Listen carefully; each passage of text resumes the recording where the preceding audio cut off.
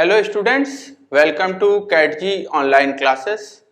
आज हम लोग रिएक्शन मैकेनिज्म में कंटिन्यू करेंगे with neighbouring group participation SN-NGP।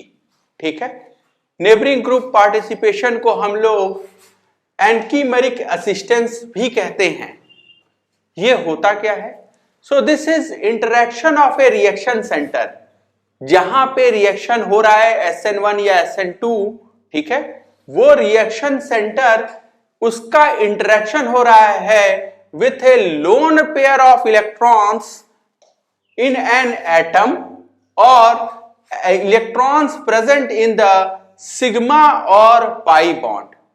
ठीक है, तो रिएक्शन सेंटर का इंटरेक्शन है लोन पेयर के साथ या सिग्मा और पाई बॉन्ड के इलेक्ट्रॉन्स के साथ that are contained within the parent molecule.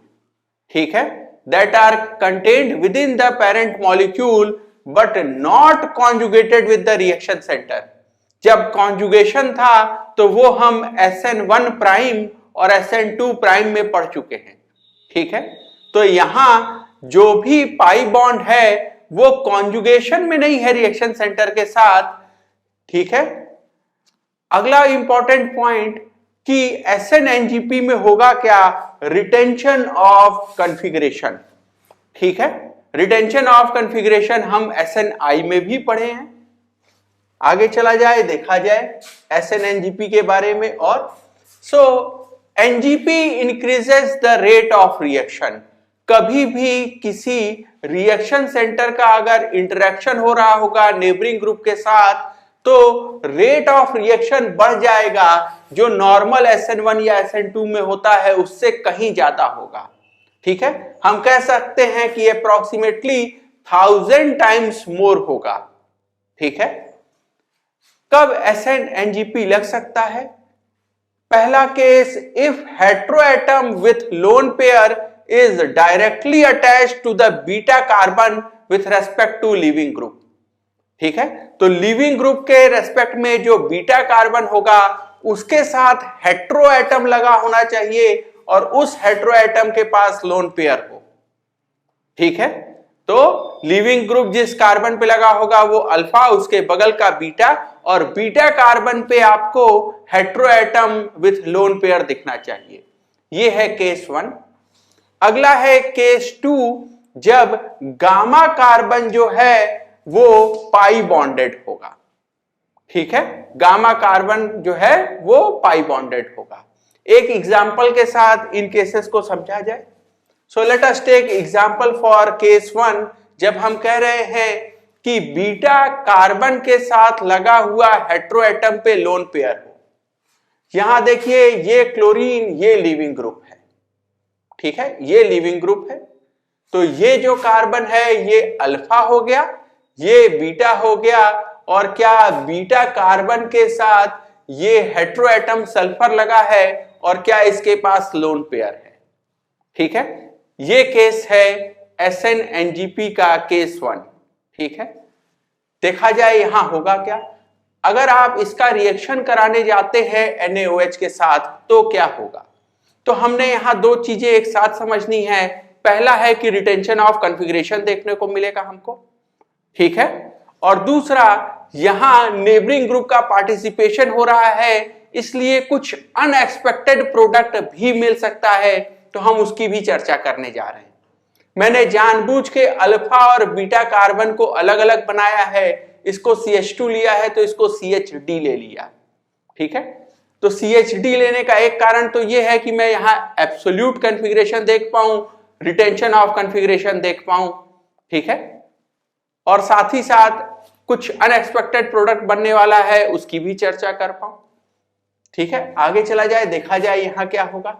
यहां NaOH का OH- अटैक कर पाए इससे पहले ही इस रिएक्शन सेंटर ने इंटरेक्शन कर लिया इस लोन पेयर के साथ। ठीक है, तो बेसिकली हुआ क्या?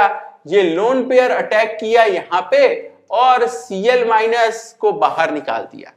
तो लिविंग ग्रुप को निकालने का काम बाहर से आने वाले न्यूक्लियोफाइल ने नहीं, मॉलिक्यूल के अंदर बैठे न्यूक्लियोफिलिक सेंटर ने किया, ठीक है,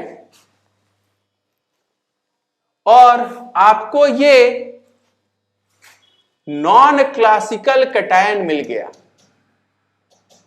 so this is non classical cation. इस नॉन क्लासिकल कैटायन को हम लोग एक बार पहले भी देख चुके हैं जब हम लोग कार्बोकैटायन का इंट्रोडक्शन देख रहे थे तब, ठीक है। अब ये नॉन क्लासिकल जो कैटायन बना है इस पे ये OH माइनस अटैक करने जा रहा है, ठीक है। अब OH माइनस जब अटैक करने जा रहा है तो उसको नहीं पता कि यहां अटैक करना ठीक है या यहां अटैक करना ठीक है, क्योंकि दोनों कार्बन एक जैसे ही हैं, ठीक है। दोनों कार्बन एक जैसे ही हैं तो वो अटैक कर सकता है एक तो इस कार्बन पे और या तो अटैक कर सकता है इस कार्बन पे। अगर उसने यहां अटैक किया CH2 पे तो क्या होगा और CHD पे किया तो क्या होगा। तो पहले देखा जाए अगर CHD वाले कार्बन पे इस कार्बन पे अटैक हुआ तब क्या होगा।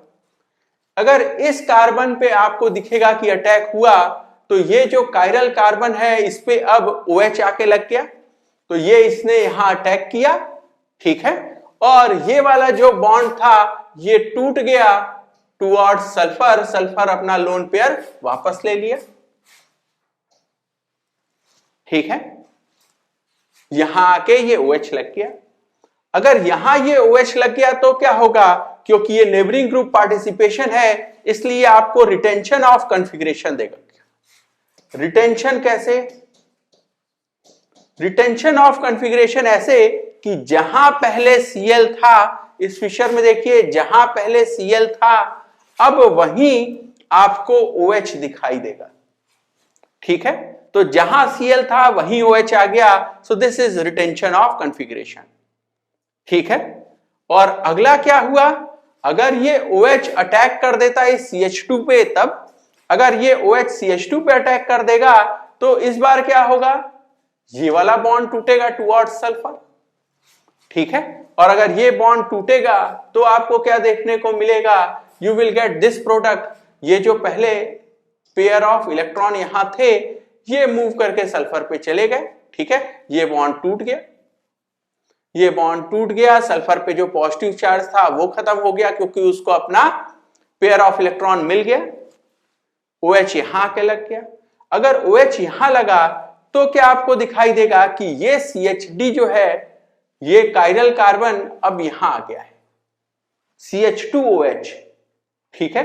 तो एज इफ आपको समझ में आएगा कि अगर आप ओरिजिनल सबस्ट्रेट को देखें तो आपको दिखाई देगा अच्छा ये OH ने तो इस पे अटैक कर दिया है, ठीक है, इसने इस पे अटैक कर दिया और ये सल्फर ने इस CHD के साथ बॉन्ड बना लिया, ठीक है। तो ये बॉन्ड टूटता हुआ दिखाई देगा, ये बॉन्ड बनता हुआ दिखाई देगा और आपको एक अनएक्सपेक्टेड प्रोडक्ट मिल जाएगा ये वाला, ठीक है। तो ये प्रोडक्ट हमने एक्सपेक्ट नहीं किया था, ये प्रोडक्ट मिल रहा है। इसी से इस बात का पता चला कि बगल का जो नेबरिंग ग्रुप है सल्फर जो है हेट्रो एटम जिसके पास लोन पेयर है उसने भी रिएक्शन में पार्टिसिपेट किया है। So this is the unexpected product, ठीक है। आगे चला जाए तो हमने केस 1 केस ए का एग्जांपल देख लिया। केस बी का एग्जांपल देखा जाए जब गामा जो कार्बन है वो पाई बॉन्डेड है। तो ये देखिए ये अल्फा है, ये कार्बन बीटा है और ये कार्बन गामा है। क्या गामा कार्बन ये पाई बॉन्डेड है? गामा कार्बन पाई बॉन्डेड है तो यहां भी नेबरिंग ग्रुप पार्टिसिपेशन होगा। बेसिकली ये जो OTS अच्छा लिविंग ग्रुप है ये बाहर निकलेगा और ये जो बॉन्ड है पाई बॉन्ड है वो टूटेगा और पेयर ऑफ इलेक्ट्रॉन इधर मूव करेंगे, ठीक है। तो ये बॉन्ड टूट के और ये इधर मूव किया इलेक्ट्रॉन, क्या मिल जाएगा इससे आपको, you will get this carbocation. ध्यान से देखिए ये कार्बोकैटायन हम लोग पहले देख चुके हैं जब हम लोग बात कर रहे थे नॉन क्लासिकल कार्बोकैटायन की। क्या आपको इसका नाम याद है? This is phenonium ion. So this is phenonium ion. It is a non-classical carbocation. ये पॉजिटिव चार्ज यहां आ गया अगर, तो ये रेजोनेंस से डीलोकलाइज हो सकता है रिंग पे, ठीक है, और यही वजह है कि ये पॉजिटिव चार्ज यहां पे और यहां पे डीलोकलाइज होगा, ठीक है। अगर आप इसके सारे रेजोनेटिंग स्ट्रक्चर बनाएं और उसके बाद रेजोनेंस हाइब्रिड बनाएं तो आपको दिखाई देगा पॉजिटिव चार्ज यहां, यहां और यहां डीलोकलाइज्ड है, ठीक है। ये फिनोनियम आयन आपको मिल गया। अब यहां भी जानबूझ के मैंने दोनों कार्बन को डिफरेंट रखा है, ये आइसोटोप यूज किया है कार्बन का, कार्बन 14 यूज कर रहे हैं, ठीक है। अब ये फिनोनियम आयन बनने के बाद अब जब न्यूक्लियोफाइल अटैक करेगा तो वो इस कार्बन 14 पे भी कर सकता है और इस कार्बन पे भी कर सकता है, दोनों कार्बन उसको एक जैसे ही दिख रहे हैं, ठीक है। तो फिर से यही बात होगी कि ये जो मेरा न्यूक्लियोफाइल है RCOOH, ये दोनों में से किसी पे भी अटैक कर सकता है और इसीलिए आपको दो प्रोडक्ट दिखाई देंगे। फिर से एक बार जब उसी कार्बन पे अटैक हुआ जहां से लिविंग ग्रुप गया था, और एक बार जब उसके बगल के कार्बन 14 पे अटैक हो गया तब, ठीक है। तो एक ये प्रोडक्ट जो है ये आपको अनएक्सपेक्टेड प्रोडक्ट मिल गया, ठीक है, and this was the expected product, ठीक है, यहां पे।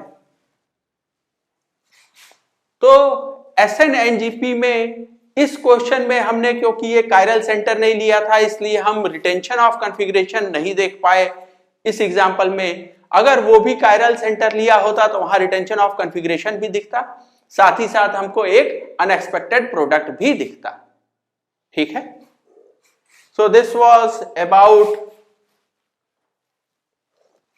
SN-NGP। कुछ क्वेश्चन के साथ वापस से ये कॉन्सेप्ट अपने दिमाग में और अच्छे से बैठा लिया जाए। तो आपको दिखाना है कि ये OH- जब इस सबस्ट्रेट के साथ रिएक्ट करेगा तो ये प्रोडक्ट आपको मिलेगा। ध्यान दीजिए, एक ही चीज आपको समझनी है कि ये क्लोरीन लिविंग ग्रुप जहां से गया OH वहीं आया है। There is retention of configuration, retention of configuration है यहां, ठीक है, रिटेंशन ऑफ कॉन्फ़िगरेशन है। ऐसा कैसे हुआ होगा? तो आप इसको ऐसे समझ सकते हैं कि बेसिकली SN-NGP है क्या, ये दो SN2 रिएक्शन है। पहला SN2 जो कि ये लोन पेयर अटैक करके, ठीक है, इस Cl को बाहर निकाल देगा and you will get something like this.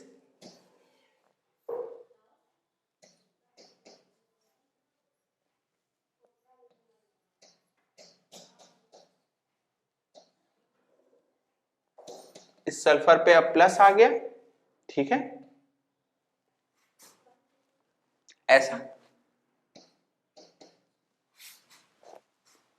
ठीक है। क्लोरीन के बैक साइड से ये सल्फर के ही लोन पेयर ने अटैक किया, और फिर दूसरा जब OH- अटैक करेगा, OH- अब अटैक करेगा तो ये लिविंग ग्रुप की तरह बिहेव करेगा, फिर से ये बॉन्ड टूटेगा, ये हाइड्रोजन जो नीचे आ गया था फिर से ऊपर चला जाएगा। तो आप सोच सकते हैं कि बेसिकली ये दो SN2 है, ठीक है। फर्स्ट SN2 जो कि सल्फर के लोन पेयर ने बिहेव किया एज ए इंटरनल न्यूक्लियोफाइल, और फिर दूसरा SN2 जिसमें बाहर वाले न्यूक्लियोफाइल OH- ने न्यूक्लियोफाइल की तरह एक्ट किया, ठीक है। ये जो नॉन क्लासिकल कैटायन बना है ये काफी अनस्टेबल है क्योंकि ये पॉजिटिवली चार्ज, ठीक है, तो पॉजिटिवली चार्ज है इसलिए अनस्टेबल है। फिर से इस पे SN2 हुआ, so this is second SN2, ठीक है, सेकंड SN2 हुआ और फिर से आपको दिखाई दे रहा है। तो दो बार कॉन्फ़िगरेशन का इन्वर्जन हुआ, ठीक है। सो 2 times, so retention of configuration is basically 2 times inversion.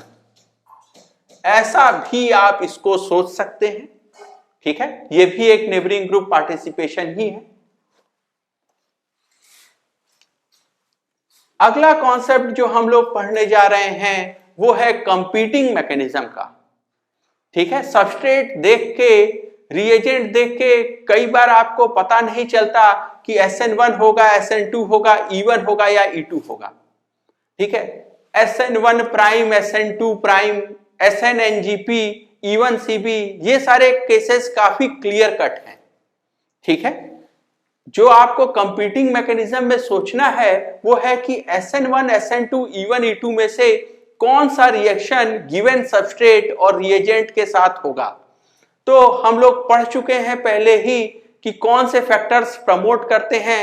एक बार जल्दी से इसको रिकैप कर लिया जाए और कुछ क्वेश्चन के थ्रू इस कॉन्सेप्ट को हम लोग सीखा जाएगा। तो एक बार जल्दी से समझा जाए, SN1 के लिए सबसे इंपॉर्टेंट चीज क्या है। SN1 का फर्स्ट स्टेप RDS होता है जिसमें कार्बोकैटायन का जनरेशन होना होता है। तो SN1 के लिए सबसे इंपॉर्टेंट क्या है कि बनने वाला कार्बोकैटायन स्टेबल बने। SN2 के लिए सबसे इंपॉर्टेंट क्या है कि ट्रांजिशन स्टेट स्टेबल बने। ट्रांजिशन स्टेट में कार्बन जो है वो पेंटावेलेंट है, transition state has pentavalent carbon, pentavalent sp2 carbon. ठीक है, और सबसे इंपॉर्टेंट कंसर्न ये है कि लगे हुए ग्रुप छोटे हों, वो बल्कि ना हो, ताकि ट्रांजिशन स्टेट में स्टेरिक हिंड्रेंस कम से कम हो। ठीक है, स्टेरिक रिपल्शंस कम से कम हो, ट्रांजिशन स्टेट स्टेबल हो। E1 का सबसे इंपॉर्टेंट कंसर्न क्या है कि E1 भी SN1 की तरह ही है। पहला स्टेप RDS है, कार्बोकैटायन का जनरेशन, कार्बोकैटायन स्टेबल बनना चाहिए। लेकिन ध्यान दीजिएगा, हमने बात की थी कि E1 रिएक्शंस काफी रेयर होते हैं। जहां ये होते हैं वहां पे भी इनका सीरियस कंपटीटर होता है SN1 और E2। ठीक है, तो मेजर प्रोडक्ट आपको E1 से मिले ऐसे कम ही रिएक्शन होंगे। कौन से रिएक्शन होते हैं वो भी हम लोग पढ़ चुके हैं। ठीक है, वापस जब हम लोग ग्रुप केमिस्ट्री पढ़ेंगे, उन रिएक्शंस पे पहुंचेंगे तो फिर से E1 की चर्चा करेंगे। अंतिम है E2 रिएक्शन के साथ, E2 एलिमिनेशन के साथ इंपॉर्टेंट चीज क्या है कि ये स्टीरियो स्पेसिफिक होता है, इट इज एंटी एलिमिनेशन। ठीक है, और हमने साथ ही साथ ये भी बात की थी कि transition state has incipient alkene character और इसीलिए हम मोर स्टेबल एल्कीन प्रोडक्ट बनाते हैं, सेटजेफ प्रोडक्ट बनाते हैं। कुछ केसेस में हॉफमैन बनता है, वो भी हमने लिखा था, उसको भी हम लोग डिस्कस करेंगे जब जरूरत पड़ेगी तो। ठीक है, तो कुछ क्वेश्चन के माध्यम से वो बात भी हम लोग यहां करने जा रहे हैं। ठीक है, अब आगे बात किया जाए सबस्ट्रेट की। कौन सा सबस्ट्रेट किसको प्रमोट करेगा। SN1 में कार्बोकैटायन स्टेबल चाहिए, यानी आप 3 डिग्री RX लीजिए जिससे मोर स्टेबल कार्बोकैटायन बनता हो। SN2 को स्टेरिक हिंड्रेंस कम से कम चाहिए। सबसे बढ़िया है CH3X के साथ रिएक्शन कराएं, और ये नहीं मिल रहा है तो 1 डिग्री RX के साथ कराएं। जैसे जैसे 1 डिग्री से 2 डिग्री, 2 डिग्री से 3 डिग्री होता जाएगा, स्टेरिक हिंड्रेंस बढ़ता जाएगा। इनफैक्ट 3 डिग्री RX तो कभी SN2 देगा ही नहीं। ठीक है, या कभी मेजर प्रोडक्ट SN2 से नहीं आएगा। आगे चला जाए, E1 की बात किया जाए, E1 को भी स्टेबल कार्बोकैटायन चाहिए SN1 की तरह, इसको भी 3 डिग्री RX सबस्ट्रेट ही चाहिए।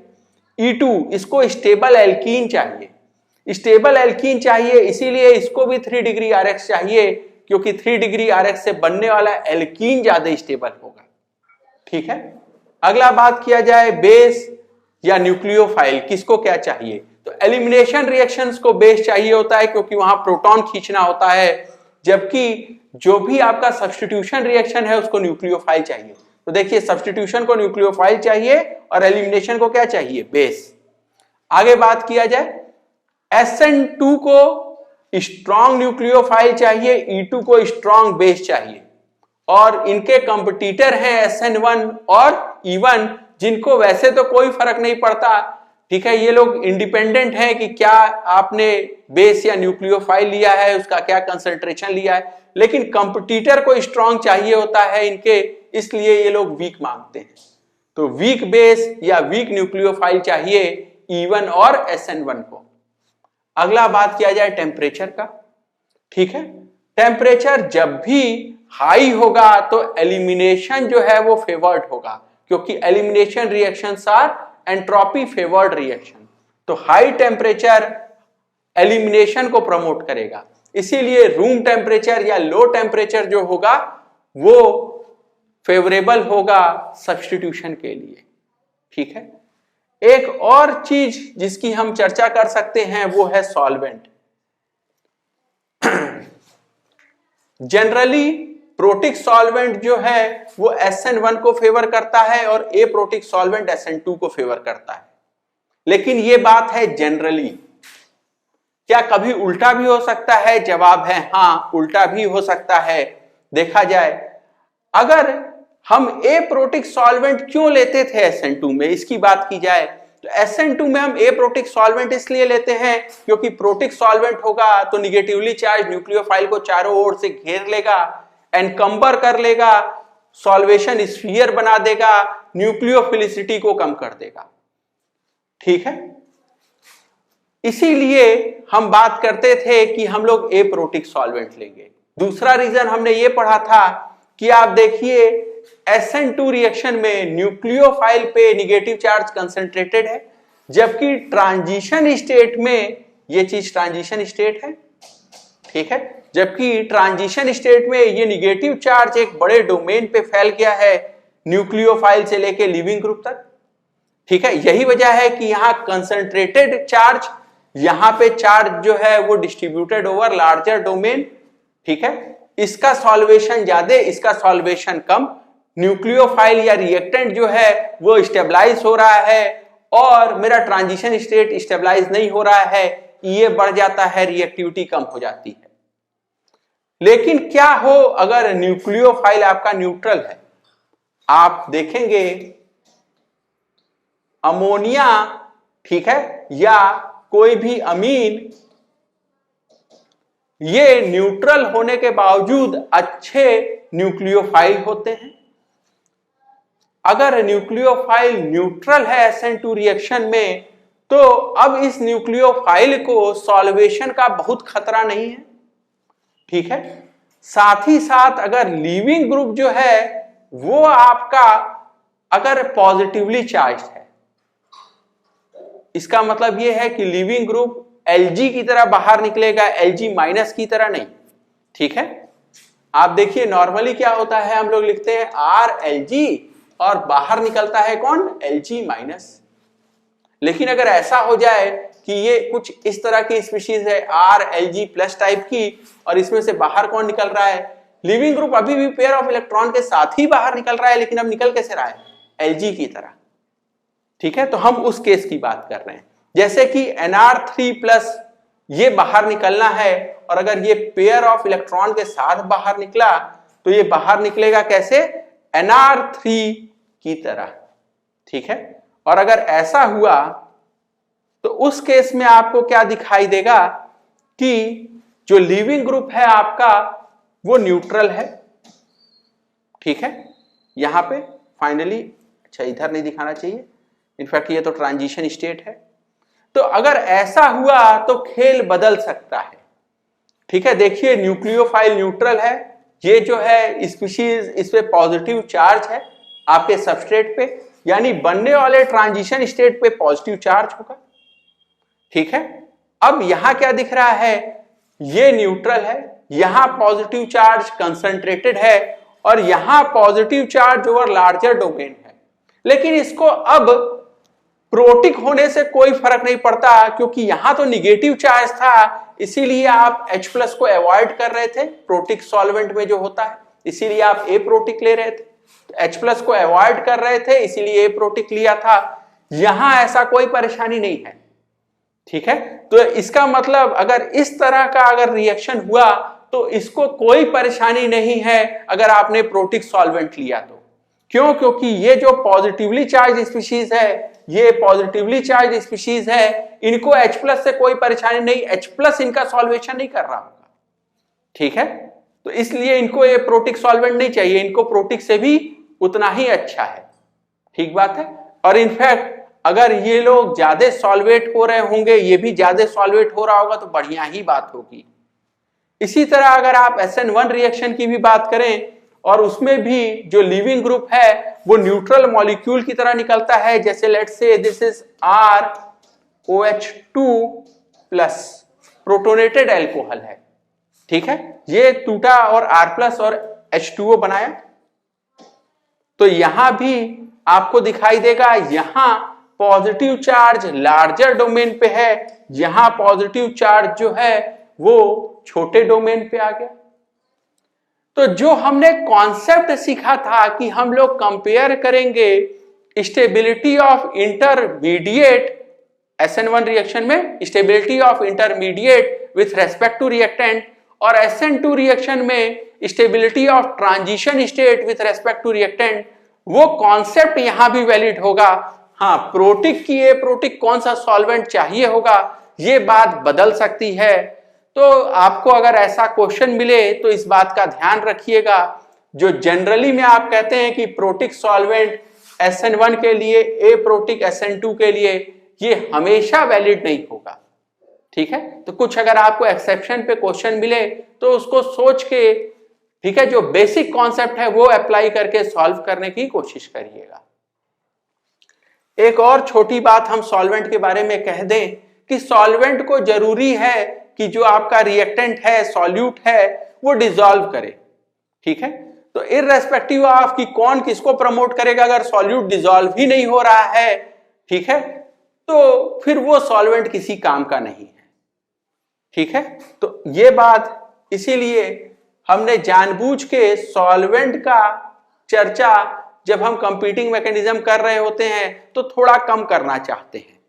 ठीक है, खैर कुछ क्वेश्चन के माध्यम से अब ये बात समझा जाए हम लोग कंपीटिंग मैकेनिज्म के बारे में। मेरे पास मेरा सबस्ट्रेट है, सबस्ट्रेट इज इथाइल ब्रोमाइड, और इसका हम रिएक्शन करा रहे हैं ETO माइनस, और सॉल्वेंट है ETOH। देखिए ETO माइनस जब आप रिएजेंट लेंगे तो सॉल्वेंट क्या ले लिया है, उसी का कॉन्जुगेट एसिड। ठीक है, तो this is ETO minus Na+ हो सकता है ये। ठीक है, तो इथॉक्साइड और इथाइल एल्कोहल इसके साथ रिएक्शन करा रहे हैं। टर्शरी ब्यूटॉक्साइड और टर्शरी ब्यूटाइल एल्कोहल इसके साथ रिएक्शन करा रहे हैं।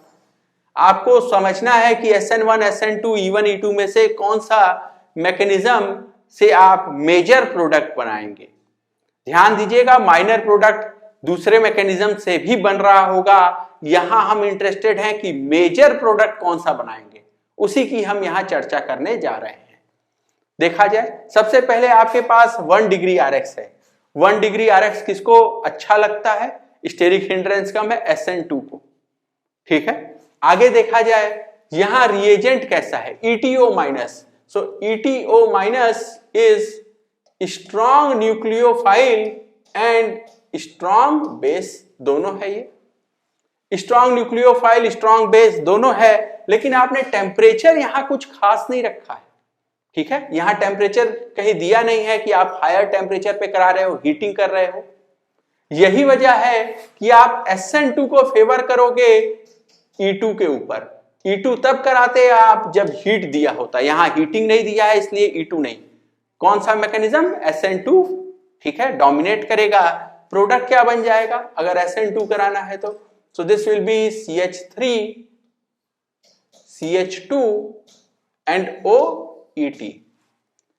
लीविंग ग्रुप ब्रोमीन हटा दीजिए और न्यूक्लियोफाइल ETO माइनस ले आइए, तो इसका इधर अटैक कराइएगा, इसको बाहर निकाल दीजिएगा, SN2 रिएक्शन से प्रोडक्ट बना दीजिएगा। अगला देखा जाए tertiary butoxide, tertiary butyl alcohol, और साथ ही साथ हीट भी है। तो सबसे पहला हिंट तो यही है कि हीटिंग दिया है यानी एलिमिनेशन फेवर्ड होगा। स्ट्रॉन्ग, ये भी स्ट्रॉन्ग बेस है। स्ट्रॉन्ग बेस तो ये जरूर है, लेकिन वीक न्यूक्लियोफाइल है। क्यों वीक न्यूक्लियोफाइल है? Due to steric factors. ठीक है, जब हम लोग बात कर रहे थे तो हमने कहा था nucleophilicity is same as basic strength except, ठीक है, गोइंग डाउन द ग्रुप, और in case of sterically hindered base. तो ये स्ट्रॉन्ग बेस तो है लेकिन स्टेरिकली हिंडर्ड है, इसीलिए वीक न्यूक्लियोफाइल है। वीक न्यूक्लियोफाइल है इसीलिए SN2 नहीं हो रहा होगा। ठीक है, हीटिंग दिया ही है, एलिमिनेशन फेवर्ड होगा, और उसमें भी स्ट्रॉन्ग बेस है इसीलिए E2 एलिमिनेशन होगा। ठीक है, तो इसीलिए E2 एलिमिनेशन कराना है, product will be CH2 double bond CH2।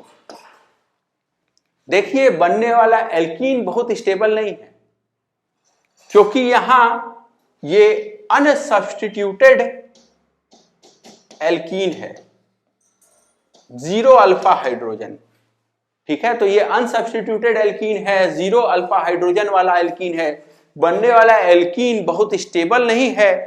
ठीक है, आप चाहते हो E2 में मोर स्टेबल एल्कीन बने, वो यहां नहीं है। लेकिन बाकी फैक्टर्स को अगर आप देखें, ठीक है, तो आपको समझ में आएगा कि यहां E2 ही फेवर्ड होगा, E1 नहीं फेवर हो सकता, क्योंकि यहां बनने वाला जो कार्बोकैटायन है वो स्टेबल नहीं है। केवल 3 अल्फा हाइड्रोजन है, 1 डिग्री R+ है, वो स्टेबल नहीं है। साथ ही साथ आपको यहां कमजोर बेस तो मिला नहीं है, आपको तो स्ट्रांग बेस मिला है, हीटिंग भी दिया है, तो SN1 भी नहीं होगा। E1 वैसे भी रेयर होता है, कार्बोकैटायन भी स्टेबल नहीं है, स्ट्रांग बेस भी है। तो सारे फैक्टर्स को अगर आप ध्यान देंगे तो यहां मेजर प्रोडक्ट आएगा कहां से? E2 से। ठीक है, अगला क्वेश्चन देखा जाए। नेक्स्ट क्वेश्चन में देखिए, मैंने आपको टर्शरी ब्यूटाइल ब्रोमाइड दिया है, 3 डिग्री RX आपके पास सबस्ट्रेट है। यहां देखिए आपको रिएजेंट क्या दिया है? वाटर, जो कि न्यूट्रल है। क्योंकि ये न्यूट्रल है इसीलिए ये वीक बेस और वीक न्यूक्लियोफाइल है। तो ये वीक बेस और वीक न्यूक्लियोफाइल है। टेम्परेचर पे गौर करिए, क्या ये हाई एलिवेटेड टेम्परेचर दिया है? मैंने आपको हीटिंग करने को कहा है? नहीं, ये तो रूम टेम्परेचर से भी कम है, 10 डिग्री सेंटीग्रेड। ठीक है, इसका मतलब आप यहां एलिमिनेशन नहीं कराने जा रहे हैं। ठीक है, एलिमिनेशन तो हायर टेम्परेचर पे होता है। अच्छा, अगर एलिमिनेशन होता भी तो क्योंकि ये वीक बेस है E1 होता। E1 वैसे भी रेयर है, टेम्परेचर भी नहीं है। रिएक्शन कौन सा होगा? SN1। SN1 कैसे होगा? सबसे पहले क्या करेंगे आप? कार्बोकैटायन बनाएंगे। क्या कार्बोकैटायन रीअरेंज हो सकता है? जवाब है नहीं, नहीं हो सकता। फाइनली इस पे H2O अटैक करेगा, प्रोटोनेटेड अल्कोहल बनाएगा। सो this will give CH3 thrice COH2 plus, protonated alcohol बना, फिर से क्या होगा? H+ बाहर निकलेगा and final product will be CH3 thrice COH। Tertiary butyl alcohol product यहां मिलेगा। अगला देखा जाए, मैंने इस बार रिएक्शन कराया है किसके साथ? ETO- के साथ, जो कि क्या है? स्ट्रॉन्ग बेस और स्ट्रॉन्ग न्यूक्लियोफाइल भी है। ठीक है, स्ट्रॉन्ग बेस और स्ट्रॉन्ग न्यूक्लियोफाइल है।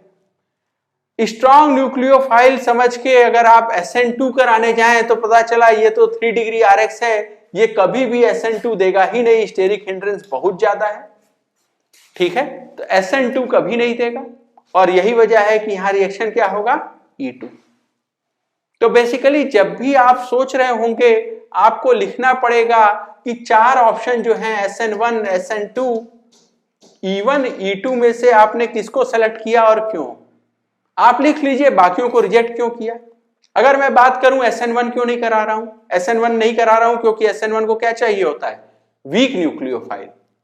इसको चाहिए वीक न्यूक्लियोफाइल और मेरे पास तो स्ट्रॉन्ग न्यूक्लियोफाइल है, इसलिए नहीं करा रहे। SN2 क्यों नहीं करा रहे? SN2 को चाहिए होता है स्टेरिक हिंड्रेंस कम, 1 डिग्री RX चाहिए होता है, मेरे पास 3 डिग्री RX है, इसलिए नहीं करा रहे हैं।